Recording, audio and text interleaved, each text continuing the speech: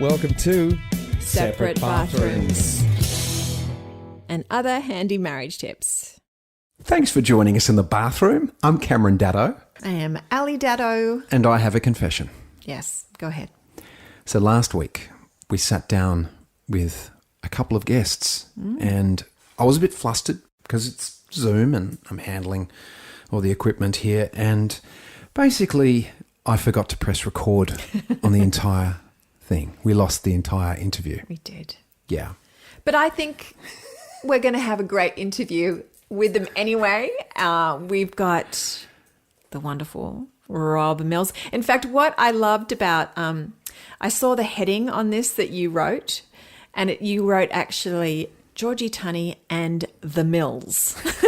I did. I really like that, The Mills. So, meaning Rob Mills, who you may know from any number of musical theatre. He's been on Neighbours, I'm going to say American Idol, Australian Idol, and Georgie, ABC journalist. I didn't know Georgie very well until Millsy introduced me to her by way of, we've spoken on the phone a couple of times. And things. Georgie, I find out, is a Taylor Swift fan. She's a sports journalist, which I can see that would attract Mills because he's a huge sports fan. Mm-hmm. And, we're going to get to know her a bit better today because we know her a bit better already because we've already had 40 minutes together on a Zoom that evaporated. That's right. She's whip smart too. Yeah, she's solid. So, okay, let's let them into the bathroom. Hey, guys, welcome to the bathroom. Thanks so much for being here. It's quite spacious, you northern beaches. It's not like this in the CBD where we are, in the bathroom. I like what you've done with the tile work. Looks great. Lovely. It's very Georgian. We need extra sinks now that there's going to be 4 of us in the bathroom. It's the worst when you're spitting on each other. I'm trying to get a double vanity. That'd be like the best thing, I think. It's the best thing. Keep dreaming. I'm in the arts. I'll get us a double vanity. Okay. Do that, yeah. Touche, Rob Mills. Now, we've known each other for almost a decade now. How did you two meet, Millsy? You and I, or no, you and Georgie, mate. I know how you and I met. It was across the table for Legally Blonde. Yes, the stars aligned. Great times at Legally Blonde. I saw that show.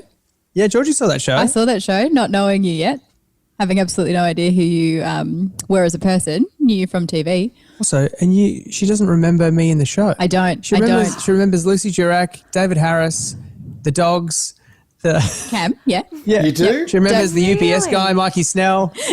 Well, he had a package. I just cannot remember. Yeah, and I remember at the time because I went with my sister and I wasn't too sure how it was going to be, but I actually really loved the musical. I was surprised by how much I loved it. And I remember Lucy, of course. But yeah, I knew that Robert was in it, but I cannot recall you on the stage. That was amazing. Yes, you were amazing. You were fabulous. I remember you. I love playing. I love playing the idiot douchebag guy. It was so much fun playing that character. Some say not a stretch, but I really, because I was like, I wish I could have played Emmett. Anyway. Never mind. Enough about that. Georgie and I met a few years back. I was going to say, now we've established you made absolutely no impression on her a decade ago. Yeah. How did you two meet and what turned it around? So I was watching News Breakfast, which is the ABC's breakfast show on Channel 2, for those who don't know where the ABC is. And it was a couple of years ago, over summer. I've just moved back to Melbourne, single, and had been on a few very, very unsuccessful dates, tried the dating apps and whatnot. And then I flicked on the TV and I said, who is this girl reading the sport? She is amazing. She is enigmatic and beautiful. And so I quickly did the thing where you go on social media and find out if you have any mutual friends. And I did. So I was like, yes. So I didn't feel like too much of a creep when I sent her a DM, which is called sliding into the DMs. And I think I said something along the lines of, I see that you're new to Melbourne and it would be, I know what it's like to be new in a new city. If you'd ever like someone to show you around and take you around, show you some new coffee places, be more than happy to be a tour guide. Yeah, to which when I first got that message, I was like, is this actually Rob Mills? Like, is this the Rob Mills from musical theatre and it's Australian Idol? Because I loved Australian Idol when I was growing up. I was 12. I was 12. It's not important. It's weird when you talk about age back then. So that's kind of weird. I was 21. I was at peak tween fandom. So I was totally in the right market and demographic for the first season of Australian Idol. Guy Sebastian was my favourite. But I did love Rob on the show. And then, fast forward to many years later, get the DM on Instagram. And it was very much, we sort of left it, there's a bit of banter back and forth, and then it was kind of... Whoa, wait a second. Just how long did you wait before you replied? I thought initially I replied quite quickly. Absolutely not. No? It's about 2 or 3 days. Oh, yeah, that's quite quickly. I had to, Not quick enough talk for Rob. about it with... No, I had to talk about it with my friends, get the brains trust involved. Like, these things take time. Okay. It's a process. Okay. So it was quite quickly, really. You could have been waiting for much longer. Anyway, in the end, he did wait for a bit longer because it was very much, we kind of left it. The ball was very much in my court to sort of take him up on his offer as being a tour guide and to show me around Melbourne. And I was like, oh yeah, well, I love brunch. We could do brunch. And it was very much in my court to like organise the brunch. And then I didn't do that.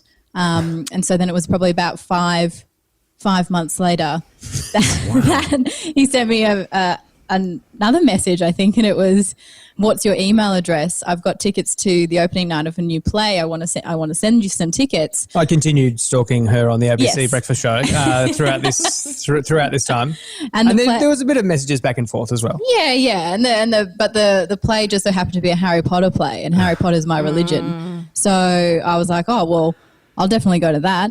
And yeah, we've been together ever since. Met on opening night. She loved. I played Cedric Diggory in the first act and Voldemort in the second act. A very camp, over the top Voldemort, I should point out. And I think that was probably it. It was me in the green shower cap with a bit of tape over my nose. The wardrobe was amazing. Yeah. So you invited her to a play that you were in. Yeah. Way to go. That's a smooth move. Very smooth move. I like it. And I didn't know she was a Harry Potter. I didn't know she was a Harry Potter fan, so that worked out pretty well. No, he also thought I had game because it was like he thought I was doing it on purpose, like just not replying, and so I think that made me seem cooler. Yeah, cooler than I was. But he soon learned that I don't have any game, don't know how to play games. So yeah, it was just me being awkward, lovably awkward. So once you guys to this day, no game, is beautiful. just awkward. Yeah. Once you guys finally, had you had kind of your first date and you started going out on more dates, did you fall in love fairly quickly from that point on, or how did that eventuate? I think it's the slowest for me that I've ever been a part of, but I just knew that there was something special about Georgie. Yeah. We didn't go any drinking dates, which I think I was sort of used to in the past. You go out for dinner, you drink, and you might party, and you have the drunken pash. All our dates were sober. So apart from the first night where Georgie she'd had a few drinks. To clarify, 2 drinks sends me over the edge because I don't drink. So I could have, I could look at champagne and be drunk. Yeah. Yeah. So we spent most of our time going on walking dates, grabbing a coffee and, going for walks. So that was our dating experience. And I think that was the thing that made me realize, this is just a really good human being. And sure, she's beautiful, talented, smart, intelligent, all these things. But there's a real kindness and a real lovely human in there. And I just wanted to get to know more of that and explore that kind of relationship, because I think in the past I had not gone for someone like Georgie, and I don't think she'd ever maybe gone for someone like me either. No, definitely hadn't. But also at the same time, I think we both went into it just not putting any pressure on it, which was nice. I'd never had that before. I'd never not put pressure on anything because I was like, oh my gosh, I have to be perfect. Like, how's my hair looking? What am I saying? Am I breathing in? What's going on? Do I have food in my face? Whereas like with us, it was, it was just always natural all the time. And that definitely helped. But it was probably a few months in before I was like, ooh, well, he's actually lovely. Oh, he's actually really nice. Yep. Oh, he's very kind. Okay. All right. And then that changed everything. But it probably, it took a few months. So you were breathing in I'd say that, and yeah. you were breathing out. It's very important, Cam, to breathe. Yeah. Georgie, you said, yes, am I breathing in? I'm thinking, is that like sucking in your belly or something like that? So you're always trying to look. Oh, yeah. That's what Yeah. Girls do if you that. just do that all the time, it's not a fun So do time dudes. So do dudes. You suck your gut in. I've done it many, many times. So how long did it take before you guys decided, okay, this is a thing and we could possibly move in together, which you are cohabitating now? Oh, ages, mate. A year and a half. Which is that? Yeah, about a year and a half, I think it was. Yep. But Georgie, I really liked the fact that Georgie was super independent. Like to have someone else, with her 100% of the time. She loves that. But Love quality time. Love that. She's a barnacle. Yep. Is my little nickname for her. Hard to prize off a barnacle. But also really staunchly independent and had lived alone for quite some time. So I really enjoyed the fact that she was, as I said, independent and had her own space. And so I think it was about a year and a half before we decided to move in. I'm really glad she did because Georgie moved in January. We went overseas for 4 or 5 weeks and then come home and then COVID. Yeah. So, yep. Super lucky to be together and have someone absolutely. to lock down with for sure. But I was the same. You wouldn't have been able to see me, I don't think. No, because of work. Yeah, so with work we've had to be super, super careful and have split teams and work in tandem. Half the team from home, half the team in the office, and then swap each week so that if someone gets sick, then they don't take the whole operation out. So maybe no, we've had to be super, super strict with everything, probably even stricter than the current lockdowns in some ways. But I remember when we first broached the subject of me moving in, it was definitely something because I had been so independent before. It was like this weird shift in my mind where I was so I was scared to give up that independence, but also at the same time I was so excited by what was to come. And, building a life with someone was something that I'd always wanted, and I was finally doing it and living it, and it's amazing. But I still had one hand being like, "Ooh, I do like my own space though. I love that." So we still navigate that as well from time to time too, but it's been the best thing moving in. Yeah, I think just having the time and space together during COVID, you've never spent so much time with your partner, like ever in your entire life. And for all those with kids out there, you've never spent so much time just with your children as well. And like my hat goes off to anyone with dependents at the moment. Like that is a huge, because we're so used to just having time out, going to see friends, going to see a show, going for a holiday, even if it's just for a weekend away. We just haven't had that in Victoria. I know you guys maybe more so around the rest of the country, but the new normal is kind of, I don't know. I like it. I think it's fast tracked a lot of relationships for good and for bad. So I'm really glad that Georgie and I have learnt to live with each other, learnt to love each other more, and during this time, and known when I probably just need to go for a walk by myself, or I just still need that alone time. Still need that alone time, and I think that's really, really important. And I think navigating that is super important, and to have to chat about it. This is not the first time we've talked about this, just for the record. No, it is not. Well, that's perfect. I mean, that's what you got to do. I mean, that's talk about learning the art of communication. You're caged up in your house. You got to learn on the spot pretty quick. Cam and I were talking about this. We've got things that are kind of, we've never really actually said these are the rules of the house, but we just know last person out of the bed, they make the bed. Whoever makes dinner, they don't have to clean up. Have you got sort of rules like that have just become part of your vernacular between the two of you? Usually it's just me having a breakdown and looking at Robert, hopefully that he will fix it. So if we're in the kitchen and I'm hungry, I'm like, please make me some food. Or if it's then I have to clean it. I need a milkshake. Yeah, milkshake diffuses everything for me. So if I'm feeling a bit hangry, if I'm a bit tired, Robert will make me a milkshake, and I'm like, oh, okay, the world's better. But it's no, I think we're the same. Yeah. The same as you guys. I know that if I've gotten out of bed last, I'll always make the bed, and Georgie does the same. Yeah, and same with the dishes. Like we always like to cook together. I know Georgie loves to cook together. I don't like it much myself. If I just do it by myself, I'm like, oh, I'll just walk to KFC. But if we make if we're there together, then I actually quite enjoy. Yeah, I enjoy it if we're making it together. It's just if I was just feeding myself, maybe because I was living alone for so long, and it was. If I'd cook, this is when you could still go out and go to restaurants, those fun things, to days of old. And I'd always end up making too much food, and I'd never get back to it, and I felt like so wasteful if it would go off, and I'd feel really guilty about that. And so then I just sort of like tried to, live the very, very uneconomic life and not the cost-effective way. What have you learnt from living with Robert? That I can save a lot of money if there's no bars and restaurants to go to. Yep, and if you cook your own food. And it's good for you. And also, leftovers are okay. Leftovers are great, and you'll eat them all the time. Leftovers are often better the day after. Oh, we love our leftovers. Yeah, same. All that today, she was like, did you eat that leftovers? I was like, yeah, I did. Why didn't you save some for me? I'm like, because you were asleep. I was like, well. It's funny. It was lunchtime. You're asleep. You sleep at lunchtime, and I'm awake. So there's the rules. So we are getting to the rules. You mentioned dependence before. That's with our kids. The leftovers. Well, either they stay leftovers and get pushed to the back of the fridge for months, or they get eaten the next day. It depends who's cooking. It depends. Well, yeah, see, Ali works Monday, Wednesday and Friday, so I'm in charge of the dinner those nights, but the rest of the time Al does that. So that's a new thing. That's a new rule. That's a new rule. Yeah, just kicked in. It's very exciting. I've cooked for... How's he going?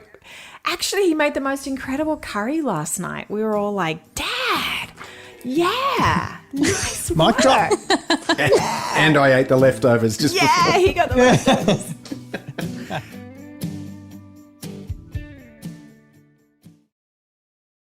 What's the hardest thing you guys at this point in your relationship have bumped up against, and how do you deal with it? Oh, I think it's both of us are still growing and learning how to deal with uneasy conversations, conflict, negotiation. I think is probably the one thing that we've had to work really hard on. Make it sound like a hostage situation. I know. Sometimes it is. Who's doing the waterboarding? Which one? Yeah, I know. Yeah. But the silent treatment just doesn't work from both of us. And I think that's the one time when we know that things probably aren't so great in our relationship is when we both don't talk. We're like, okay, so we'll just let that resentment grow between the two of us. My psych likes to call it resentment wars because you're just building up falsities in your mind of what the other person might be thinking about you or what even the outcome could be. And I know for me that I do it sometimes, and then I just talk to Georgie, and then it's done. It's gone. So we've got this phrase we like to say, I'm a bit of a gamer from way back, but at the end of every level when you're playing a game, whether it be Mario or any kind of platform game, you have to beat the boss to get to the next level. So you have to level up. So I think we've been leveling up each and every week, month, especially during COVID, and that just makes you better. It makes you stronger. And the beating the boss is having that tough conversation that we maybe have been putting off. Yeah, totally. And I think for me, what is really important to me and something that Robert has, I maybe learned, I don't know, but I think it might just be for me. He's wise. Is that even once we have the difficult conversations and we beat the boss and we're like really great and we're as good as we have ever been, I still need him to, even when we're having the difficult conversation, I just need him to reinforce that we're fine. So we could do all the things and we've had all the chats and we're great, it's really good, and I'll still be there being like, do you love me? And he's like, yes, it's fine. Yeah, I do. And I'm like, oh, okay, great. I just that constant reassurance is good. Yeah. Oh, I think that's gorgeous. We're fine. And I think you just, and also I think, I don't know about you guys, but we did the love languages test. Oh yeah. I loved that. Early on in the relationship. We should probably revisit it again just to see if it's changed. Yeah. Georgie loves gifts. I do like gifts. Yeah. And gifts are probably least favourite, would you say? Yeah, it's really low down for him. And I love quality time, whereas Robert's like, I love when I miss you. And I'm like, oh, no. Yeah. I'm a barnacle. Like, Yeah. That doesn't fit. So to clarify, Millsy, do you like not receiving gifts or No. giving So gifts? there's five types of love languages. We did this, And honey. We did a this is- podcast on it. I remember. Yeah, this is I'm the. like, yeah. That's part of it, is it? I Yeah. don't remember. I like yeah. So I don't really like receiving gifts. I mean, I love it. Like, who doesn't love getting a gift? I love it. But it's just probably fourth on the list. Maybe quality time is probably. Whereas I love giving gifts. Like I Yeah. love That's that your love thoughtful language. aspect. And yeah. Whereas like Robert loves acts of service. So if I come home and he's cleaned the apartment, he's there being like, I cleaned the apartment. How great is it? And I'm just like, well, no. I won't even notice. Where's And then he'll where's be my like, Tiffany bit sad. bracelet? And he's just like a bit sad. He's like, well, I cleaned the whole apartment. I'm like, oh, okay, cool. But then if I like clean the apartment, he's just like, oh my God, you've never been hotter. Let's go to the bedroom. And I'm like, oh, I'm so exhausted from cleaning. Like, ugh. Can't I just give you a new pair of shorts? Doesn't that make up for it? Yeah. Yeah. But it's good to remember negotiate what that our sort of stuff love and language navigate was. that. I found it really, really interesting when we did that quiz. It made a lot of sense actually after we answered all the questions. It was actually pretty spot on the love language. I can't remember what it is now. Well, we have to go back on our notes. Now that these two are reminding me, well, you like the quality Affection. time, Yeah. and It's big. The quality time's a big one. yeah, There's and affection. The gifts, I think, there's was a acts big of one. service. Acts Yeah. of service. And Gifts. there's Physical touch. physical touch, words of affirmation. There's another Oh, one. Just yeah. telling the person that you care for them or that you love them I'm big or on that they look beautiful. Yeah, we like that one. You love that, Yeah, I Tunney. do like that. She's very cute. So do you? I do love it. She tells me I'm handsome all the time. I blush. I'm blushing now. And it was me who said it about myself. Yeah, I know. I think you're just giving yourself a word of affirmation. just even talking about it.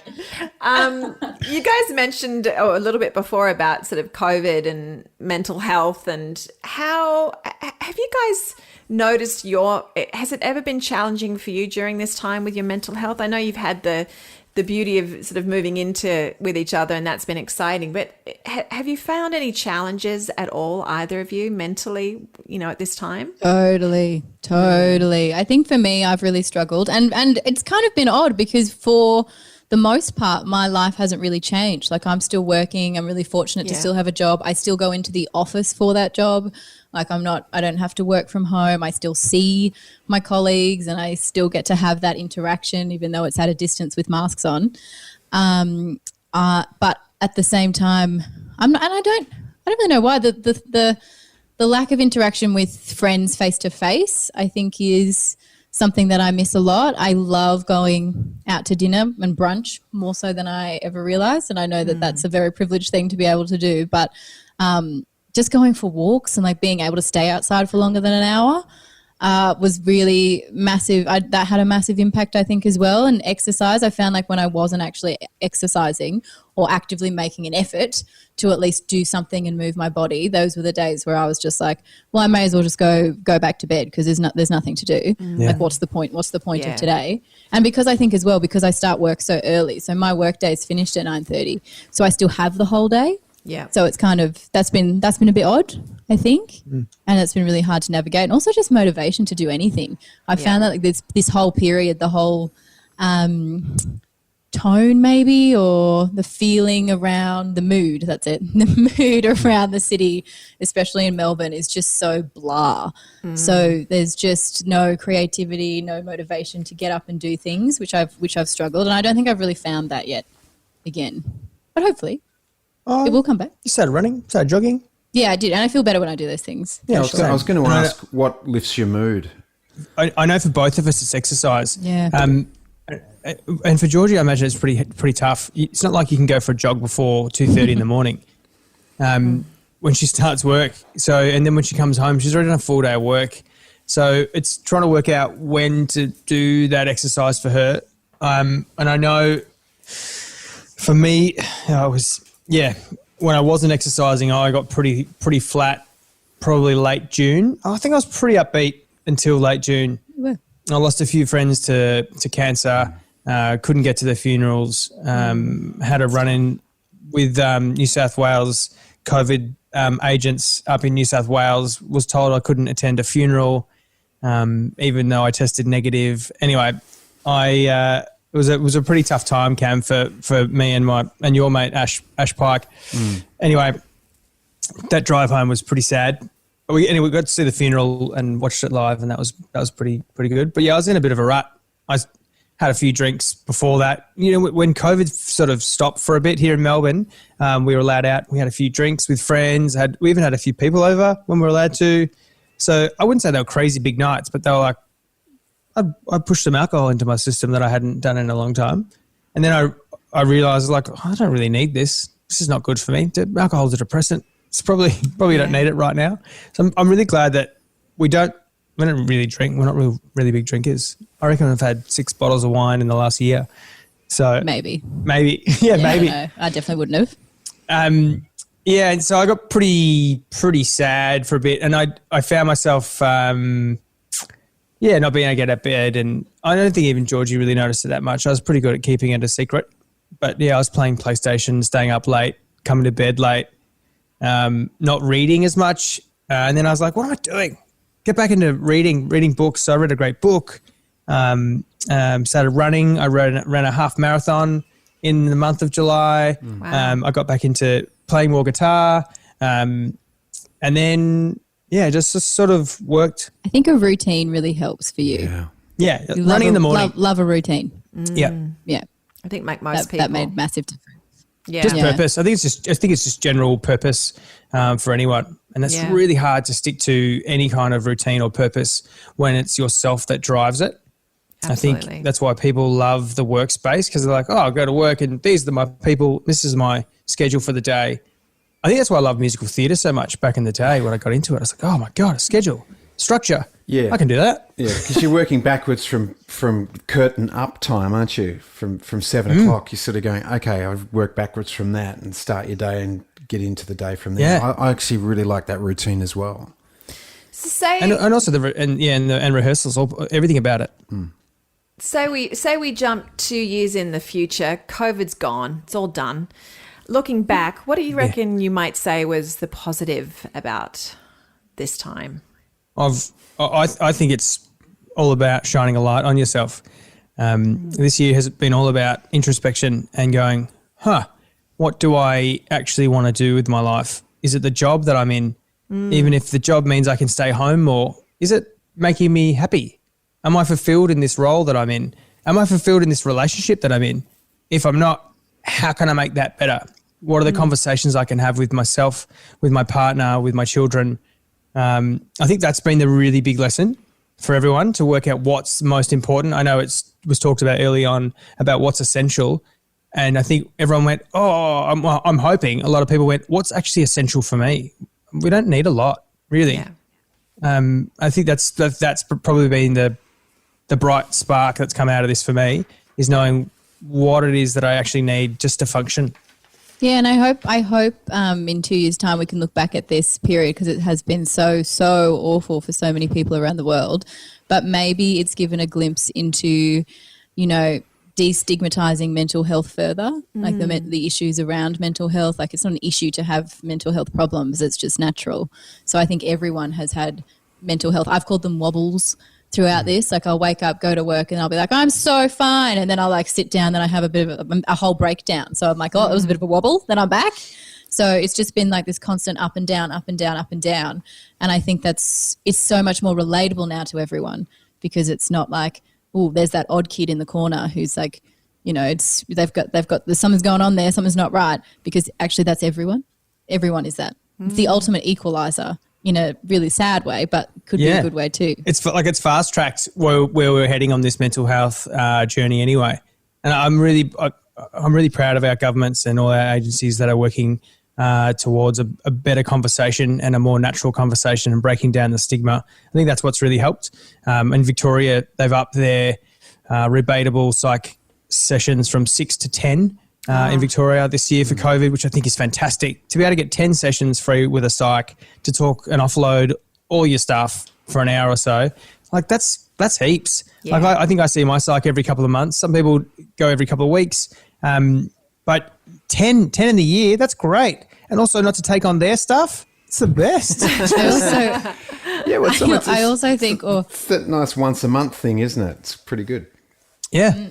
I also think, or at least hope, and this may not happen because, things have been a bit dicey with it so far in terms of recognition, but I at least would hope that people remember the arts in a couple of years' time, because literally the only thing people have done when they have been locked down is enjoy music or film or read or do those kinds of things. And when they've been exhausted by, Netflix, or they've, completely finished Netflix, there's nothing else now, then they'll, go outside and go for a jog to their podcast or their favorite song. And I think that that's hopefully something that people will at least try. Hopefully they can remember it. There can be some kind of recognition there. That the arts aren't free. Yeah, it's not free. You have to pay. I think a lot of us artists will be out there reminding people, going, remember what it was like? I hope so. Yeah, you guys give away so much stuff for free. I don't know if that goodwill should be there now. Next time there's a concert or a benefit for raising money for some charity that needs it, we're like, nah, we're out. Sorry. As if there's a stage and a microphone, I'm like, that I'm won't there. happen. You're all lovely.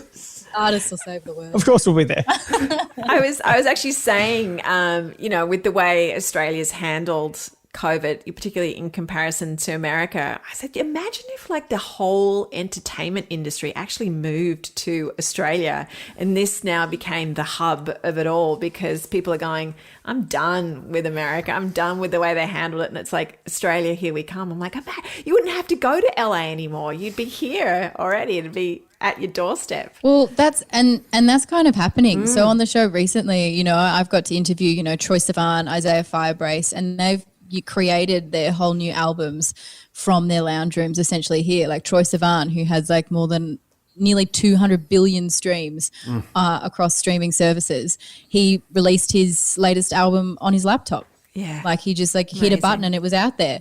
So, and he did the entire art design and everything from his bedroom, his brother's bedroom.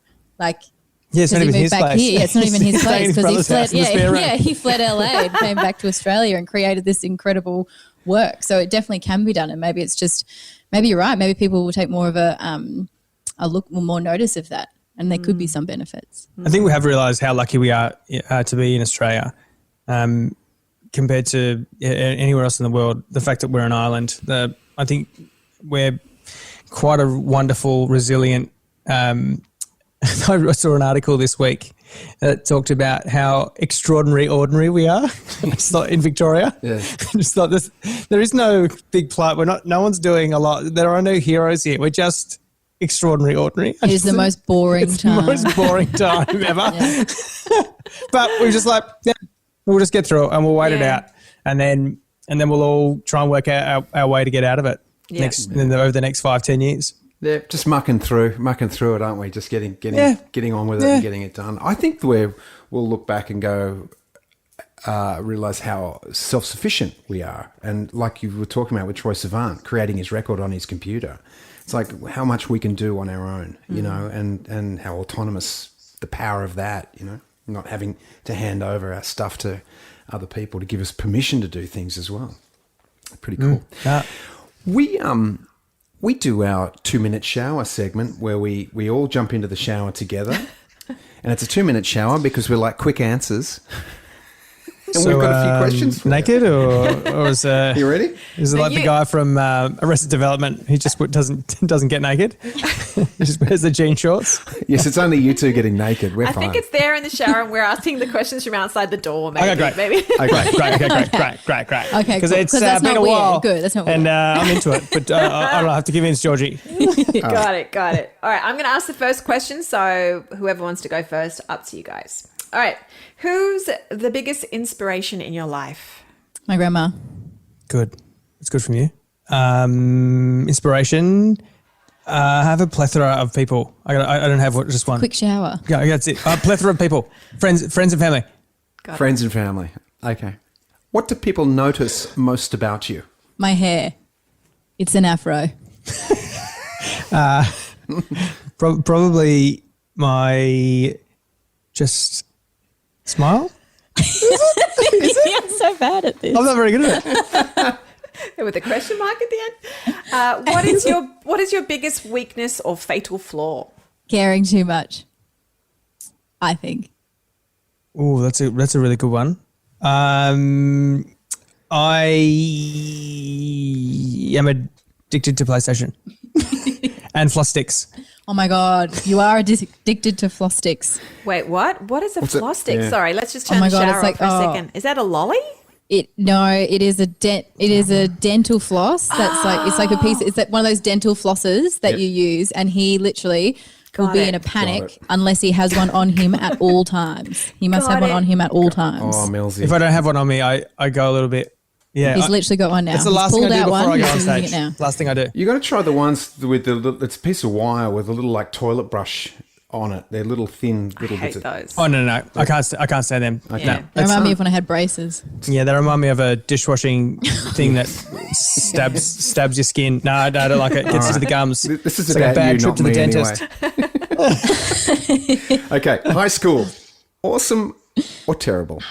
Awesome. Loved it. Such a nerd. I changed schools halfway through. It was okay. What is your biggest pet peeve? Rudeness. Yeah, I think manners. Yep, bad manners. Okay, AFL, NRL. NRL. This year, NRL.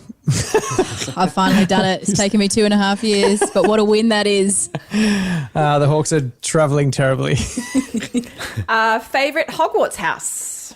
Oh, Ravenclaw. Well, I am, actually clarify, I am a Ravenclaw. I actually do have a soft spot for Hufflepuff, and I love Gryffindor as well because of Harry, but I'm a Ravenclaw and my Patronus is a dolphin.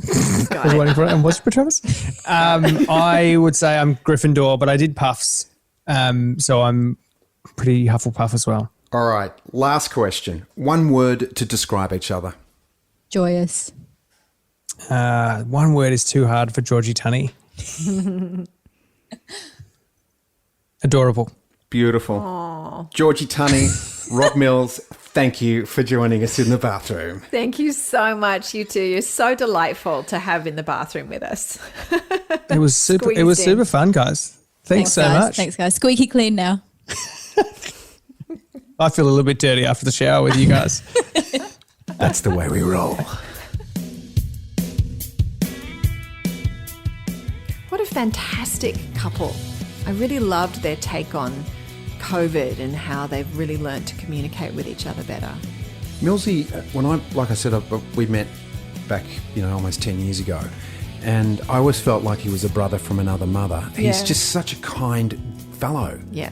And really thoughtful. And obviously that's where they meet, in that place. And Yeah, clearly he's found his perfect match. da, da, da. That's right. She's beautiful.